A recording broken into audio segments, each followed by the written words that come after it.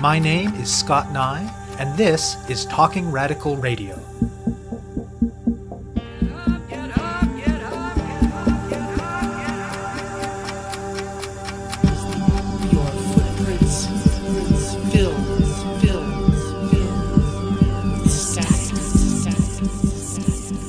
Hello and welcome to Talking Radical Radio, where we bring you grassroots voices from across Canada. We give you the chance to hear many different people who are facing many different struggles, talk about what they're doing, how they're doing it, and why they're doing it, in the belief that such listening is a crucial step in strengthening all of our efforts to change the world.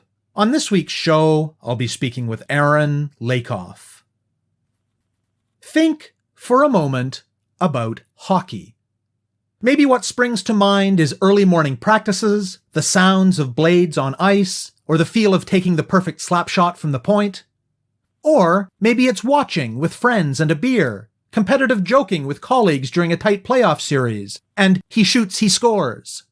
For a lot of people, though, whether fans of the game or not, other, less savory associations come to mind as well. Reactionary rants from Don Cherry, for instance, or toxic masculinity in the change room and in fan spaces. And one thing that probably does not come to mind is social justice. Aaron Lakoff is a longtime community organizer and independent journalist based in Montreal. As a kid growing up in Toronto, he fit a particular Canadian stereotype. He almost literally could skate before he could walk, he played rec hockey, and he cheered avidly for the Toronto Maple Leafs, a loyalty he has as a Montrealer since disavowed.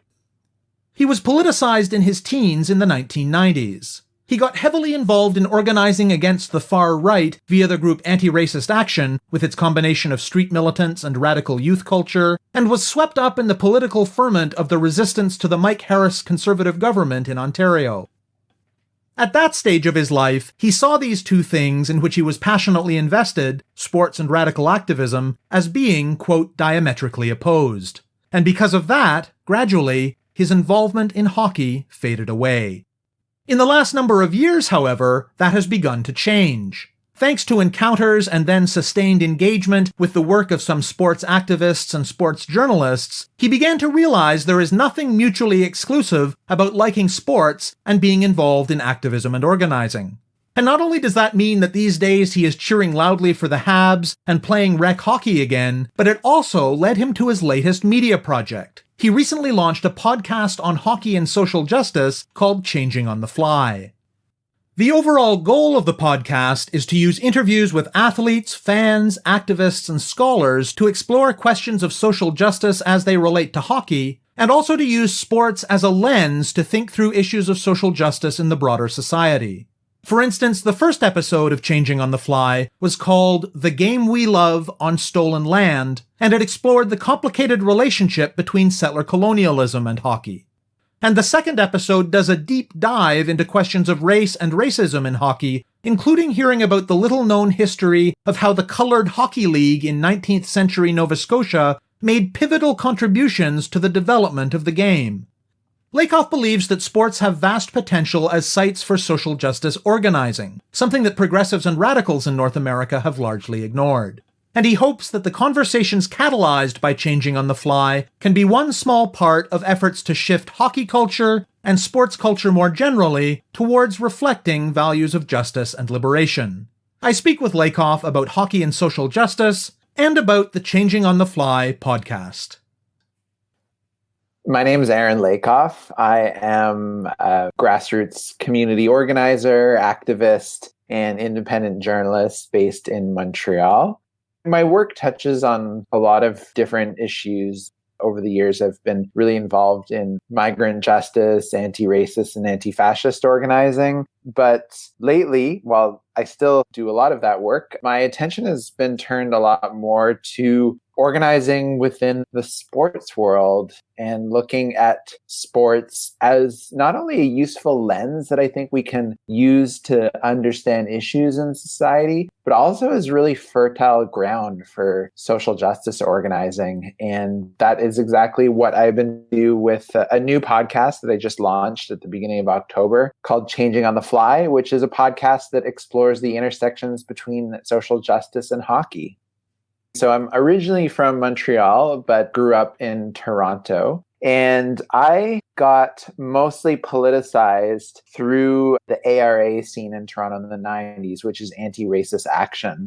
In Toronto in the 90s, there was an upsurge in really scary fascist groups that were, carrying out attacks and violence against communities of color in Toronto. And so the ARA was popping up all over North America at that time. Anti-racist action was really, really active in Toronto because Toronto was one of the seats of power of this white power movement. And the ARA was a street movement to confront all that. But where I really got on board was more through its cultural organizing. So it was putting on a lot of punk and ska and hip hop shows to really create like a youth culture of resistance to fascism and racism. Also in the Mike Harris years in Toronto, a lot of strikes happening, and I was in high school and I participated in a lot of those teacher strikes and walkouts. But maybe to jump back a couple of years, I was a huge hockey fan before that. There's this joke in Canada that kids learn to skate before they learn to walk. And I would almost include myself in that. I started playing hockey so young, and I played in rec leagues growing up and always really loved it. I'm embarrassed to say now that I was a Toronto Maple Leafs fan because I've, of course, flipped in the years since I moved back to Montreal, and I've become a Montreal Canadiens fan again. But anyways, hockey was just such a huge part of my life and a big love of my life. And I think when I got really involved in radical politics, especially after moving to Montreal and becoming much more involved in organizing, I saw those two things, sports and radical activism, as being diametrically opposed. The idea being, and I think this view is actually still shared on a lot of the left, is how can you be involved or interested or a fan of sports when clearly sports are, huge bastions of machismo, of sexism, patriarchy, capitalism, racism in a lot of cases. I think I very much felt that.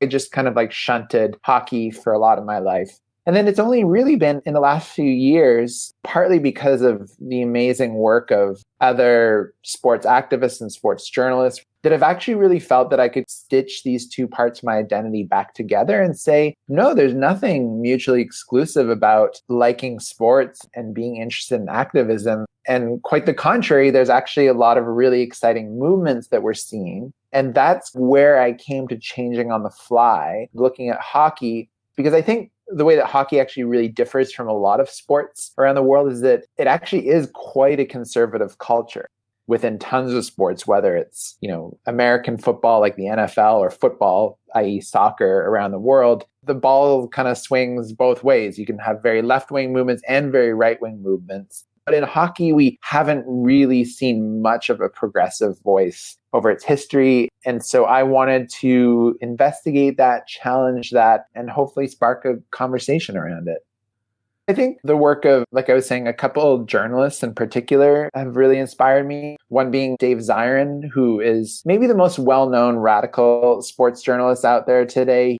And then also another amazing Toronto-based journalist, Shireen Ahmed, who has an incredible blog called Tales of a Hijabi Footballer. She does a lot of work looking specifically at Muslim women in sports because, she is a Muslim woman football player. She also focuses on a lot of other different sports. And she co-hosts this amazing podcast called Burn It All Down, which is a feminism and sports podcast.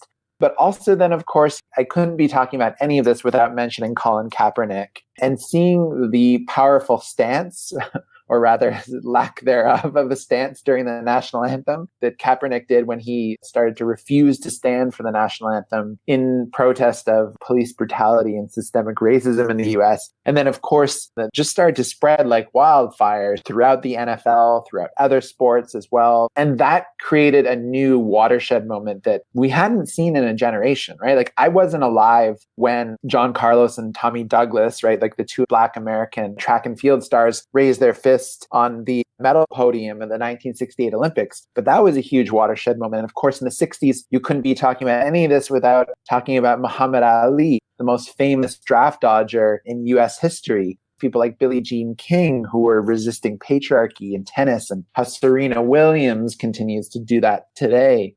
But in hockey, we haven't really seen Kaepernick's yet. And I start to ask myself why this is. So you've alluded a few times to the conservative character of hockey culture. And whether it's Don Cherry or toxic masculinity or whatever else, I'm sure we can all think of examples. But given that, what openings do you see for exploring connections between hockey and social justice? Don Cherry is a prime example of what's wrong with hockey culture in Canada. He has been the voice of broadcasting in hockey for a few decades now. And Don Cherry, of course, promotes very nationalistic, that often border on xenophobic views, sexist patriarchal views, homophobic views, anti-left-wing views.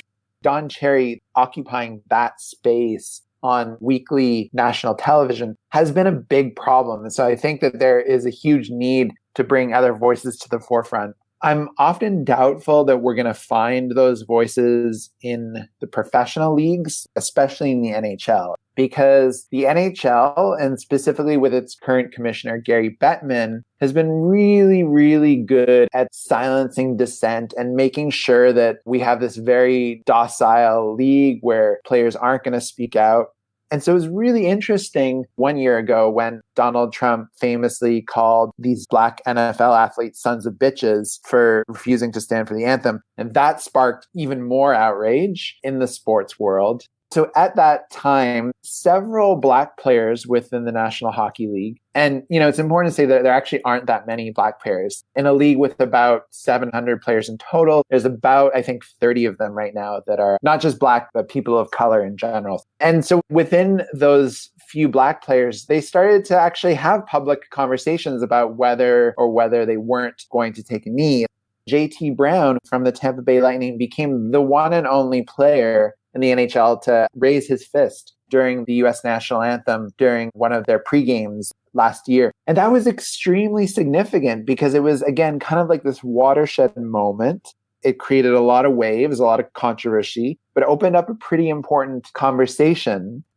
So I think an action like JT Brown's action provides a very small opening to at least start to talk about these issues in the hockey world. But I think beyond that, we can't necessarily look to the professional leagues for the most inspiring examples. I think a lot of the inspiring examples are going to come out of either amateur leagues or women's professional leagues. Because even if you look, for example, at the CWHL, which is the Canadian Women's Hockey League, our professional women's hockey league here in Canada, for decades, there's actually been a lot of really progressive steps that people have taken in order to ensure more equality within the sport. We've seen a lot more work done against homophobia in women's hockey. Now the CWHL has its first transgender player, which I think is really significant because it's very hard to picture professional men's sports being trans inclusive. There's just much more of like a welcoming community vibe when you go to see women's professional games versus like when you go to an NHL arena and you're just completely bombarded by in-your-face toxic advertising. Also really significant is that the U.S. women's national hockey team actually went on a labor strike last year, and this is very significant, and they won that strike really quickly. These are openings that we need to look at and examine and learn from. Tell listeners a bit about the topics that the early episodes of Changing on the Fly have covered. My podcast, Changing on the Fly, it's not intended to be just for Canadian audiences, but when we talk about hockey, we're largely talking about Canada. We call it Canada's game, Canada's pastime. But of course, here in Canada, we're living on stolen Indigenous land. And what the very first episode of the podcast I put out is really looking at is how these issues of colonialism, nationalism, and hockey, how they're all intertwined. And it's fascinating, right? Like we can look at it from a few different angles. But to give you an example, I was out in Alberta last April and I got a chance to attend the Alberta Native Hockey Championships in Edmonton. And I've been to a few of these Indigenous tournaments around Turtle Island. I think they're absolutely beautiful and fascinating because you go to these tournaments and you get a sense of how amazing and how powerful hockey is and how important hockey is in Indigenous communities. But I've always wondered, like, what does that mean to say that hockey is Canada's game and then apply that to the fact that a lot of these Indigenous players do not see themselves as subjects of the Canadian state? I tried to look a lot at that. One thing that I found really fascinating being at that Alberta tournament is seeing the way that logos or mascots were used, because This is a huge problem in North American sports right now. But what was really fascinating at the Alberta Championships is just seeing this kind of reappropriation of all these racist Indigenous logos and mascots. A lot of teams actually just blatantly ripping off the Blackhawks logo and using it, maybe saying like, this actually kind of belongs to our communities. And so we're just going to use this as a logo, but actually as a source of real pride. And a lot of team names like the Chiefs and the Tomahawks that normally, like if it weren't Indigenous teams using those logos and that imagery, it would be cultural appropriation. But in this sense, it was kind of like a really interesting cultural reappropriation. So that's one thing that I was exploring. And then another thing, of course, I think is really crucial to talk about is hockey's role in residential schools and how hockey was brought into residential schools very intently as a weapon of assimilation and colonization.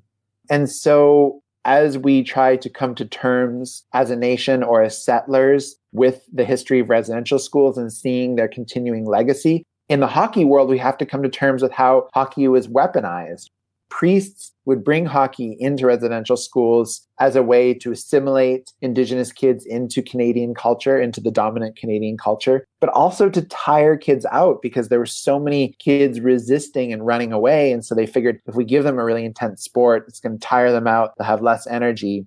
So for this, I was really relying heavily on the amazing work of a few scholars who have done research around this. People like Janice Forsyth and Braden Tahiwi out of Lakehead University have written amazing stuff about this really nasty history of hockey in residential schools. And looking at the calls to action of the Truth and Reconciliation Commission, one of those calls to action that I really take as personal responsibility as someone who is a sports journalist, it says that sports journalists, be they settlers like myself or Indigenous people, we have to do the work of telling the histories of Indigenous people in sport in Canada.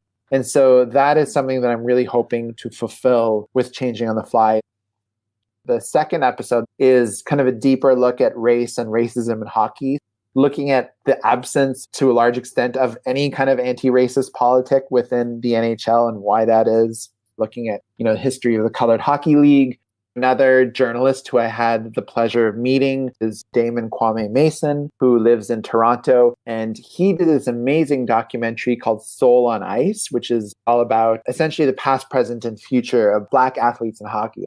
Damon told me all about this incredible history that I had not known of before meeting him, about the Colored Hockey League, which existed in Nova Scotia in the late 1800s and early 1900s. It was essentially born out of segregation because Black Nova Scotians were not allowed to play with white hockey players. And so they just formed their own leagues. And that league ended up actually being incredibly innovating in the sense that it really changed the game of hockey. The slap shot was first invented in the Colored Hockey League. The butterfly style of goaltending, which essentially means goalies being allowed to drop down on the ice to stop a puck, that was first developed in the Colored Hockey League. And you can't even fathom hockey today without players taking slap shots or goalies being able to get down on the ice to stop a puck. And that history came out of this history of racial segregation, but also of Black excellence in hockey. And I think that's so crucial that we tell that history because I think it kind of demystifies this idea that hockey always has been and always will be a very white sport.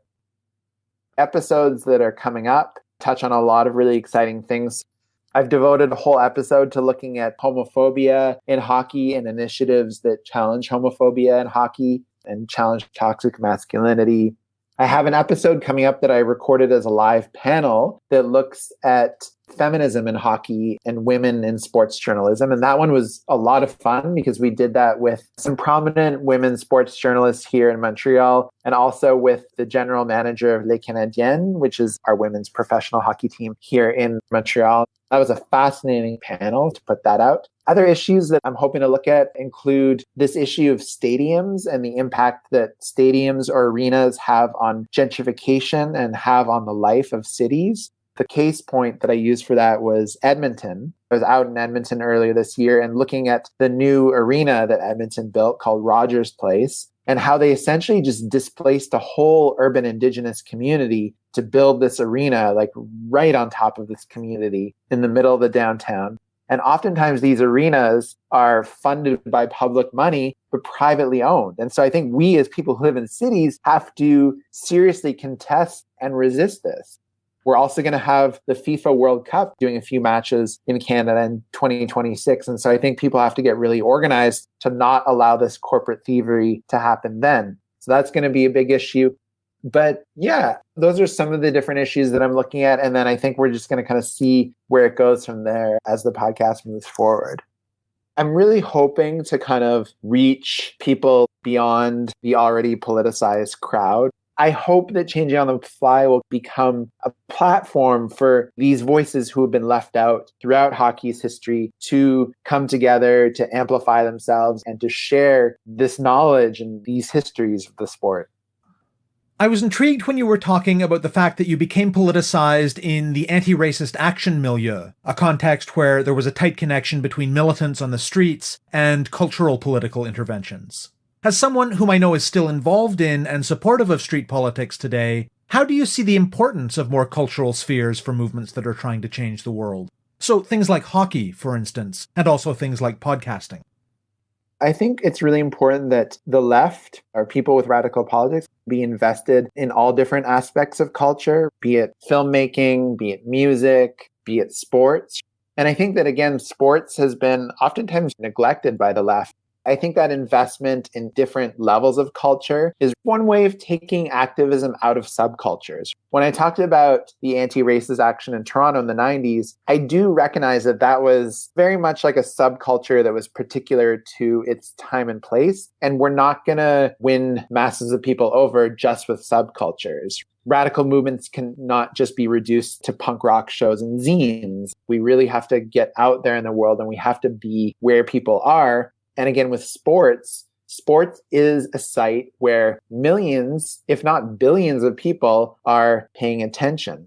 With regards to podcasting, I'm really excited about that because I see it as a medium that's really starting to explode and take off. Just a statistic that I love to throw around because I think it's actually pretty significant. There was a market survey done by the Neigh Foundation in 2016. And they found that in recent years, 96 million Americans downloaded a podcast that year.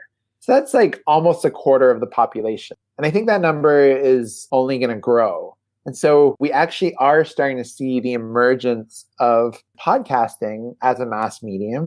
It's an incredibly accessible medium, meaning that they're really affordable to produce and they're really easy to produce. And a lot more people are paying attention to them.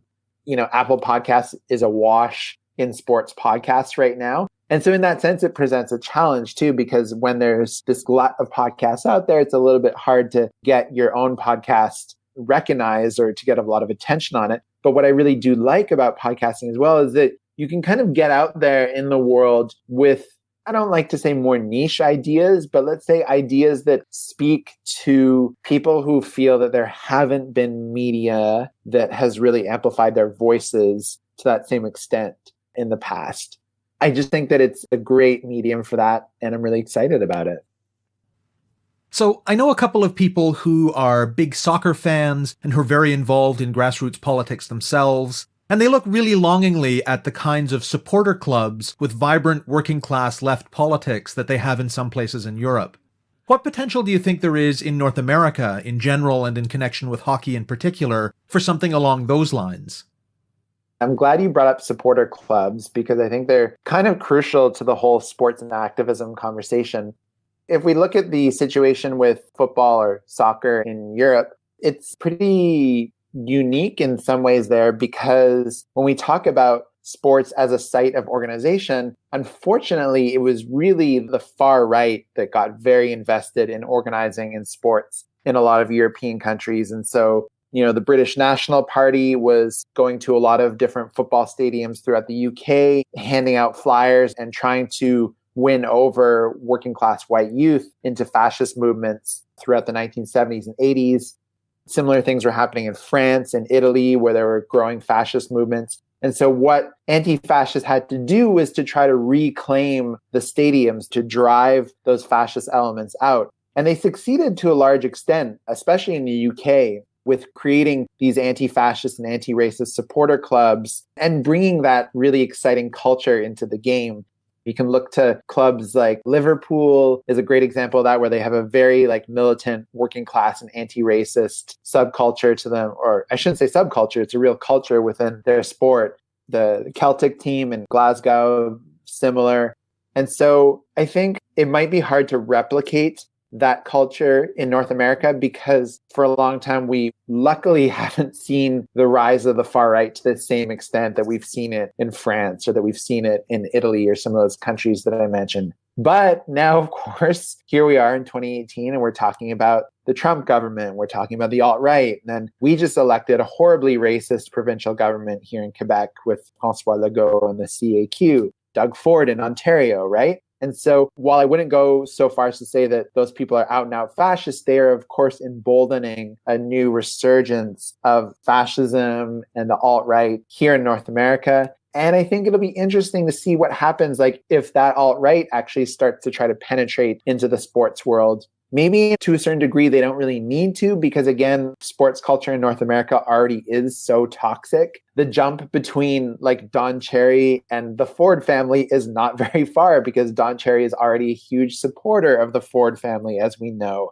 So I think the next few years are going to be really crucial as we see these rises in far-right governments and far-right movements here at home to see how that gets reflected in the sports world and see what we can do to really try to model sports in the world that we want to see, right? Like with values of openness, tolerance, gender plurality, sexual plurality. That's going to be a crucial fight over the next few years.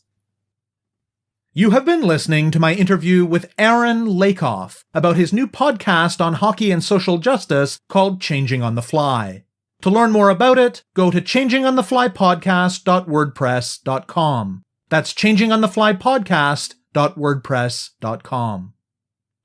To find out more about Talking Radical Radio, the guests, the theme music, and the ways that you can listen, go to talkingradical.ca and click on the link for the radio show.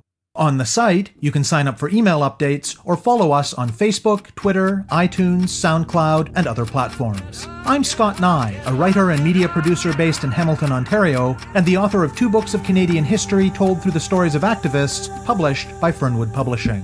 Thank you very much for listening, and I hope you tune in again next week.